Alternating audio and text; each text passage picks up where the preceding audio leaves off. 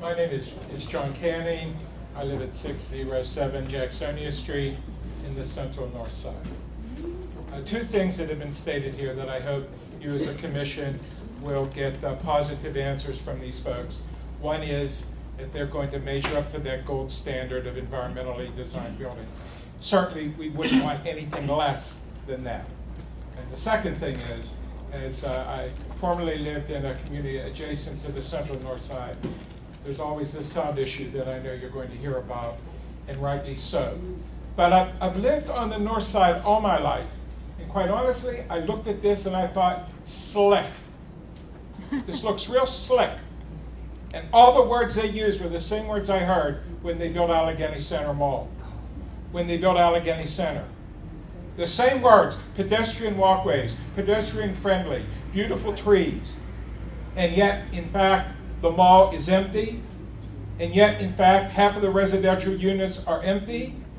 And the reason for that is developers, and honestly, the city has been complacent in their, compliant in this as well, that they built walls around sections of development.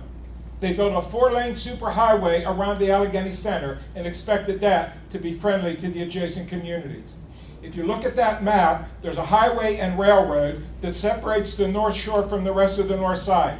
It's the most valuable property that we Northsiders have, and the city is giving it away to these people that built walls in Homestead between the Waterfront Mall and the Homestead community and killed Homestead's commercial district. Yeah. And you can go to Homestead and see it.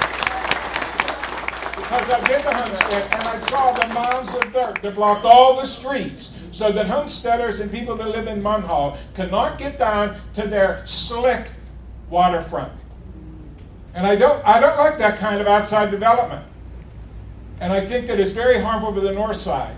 And I think that we have tried. Honestly, folks, if you've listened to these people, these are all good, solid north side neighbors that live above their line on that map. I thought it was so funny when they showed the slide and showed what's above the railroads. They didn't identify one neighborhood. We're all neighbors in that district. And they're all community. They're all identified for community block grants, which means there's a lot of poverty on the other side of that line. And we as Northside United have been trying to talk to these people about getting some kind of a benefit from this development where the city has given them this land. And I'm going to tell you, I'm almost certain they're going to stall in this development and they're not going to carry it through. They're going to come back and say, oh, we can't do it. The money isn't right. And so we're going to have to stall a little bit.